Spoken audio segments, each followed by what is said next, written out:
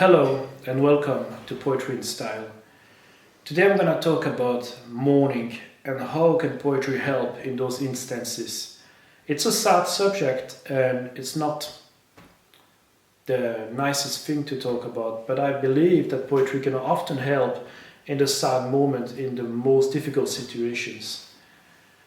This year, at the beginning of 2023, my aunt passed away. She was a bit old, she was 87 years old, but she was a very great person. She had 5 children who had children themselves, and it was a difficult time. But a few months after, I lost another friend, Pablo, his name was, from Mexico.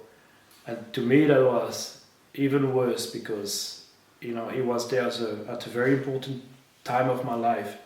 When I was in Mexico, he really helped me, and he was 36 years old. And for me that was really a catastrophe because he was very young and I was not expecting that at all. 36 years old, it's way too young to die. So today I just wanted to read a poem that I really like, one of my favorite poems of all time actually, called "Do Not Stand at My Grave and Weep," and explain how it can help in times of grief and mourning.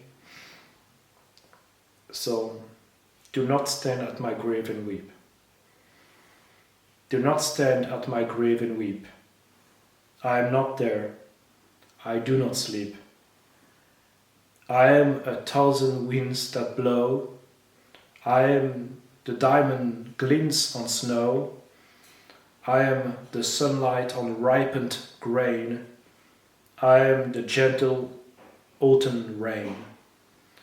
When you awaken in the morning's hush, I am the swift uplifting rush of quiet birds in circled flight. I am the soft stars that shine at night. Do not stand at my grave and cry, I am not there, I did not die. So the writer of this poem is Mary Elyzabeth Frye. I do remember listening to a video when there was, I can put the link in the description, a man recited a lot of poems and he said possibly by Mary Elyzabeth Frye. So I do believe it is not certain that she wrote that poem. Anyways, what I wanted to say and the reason why I wanted to talk about that poem is that it's never easy to lose someone, and I think it was difficult on all my family to lose my aunt. And to me it was really difficult to lose Pablo.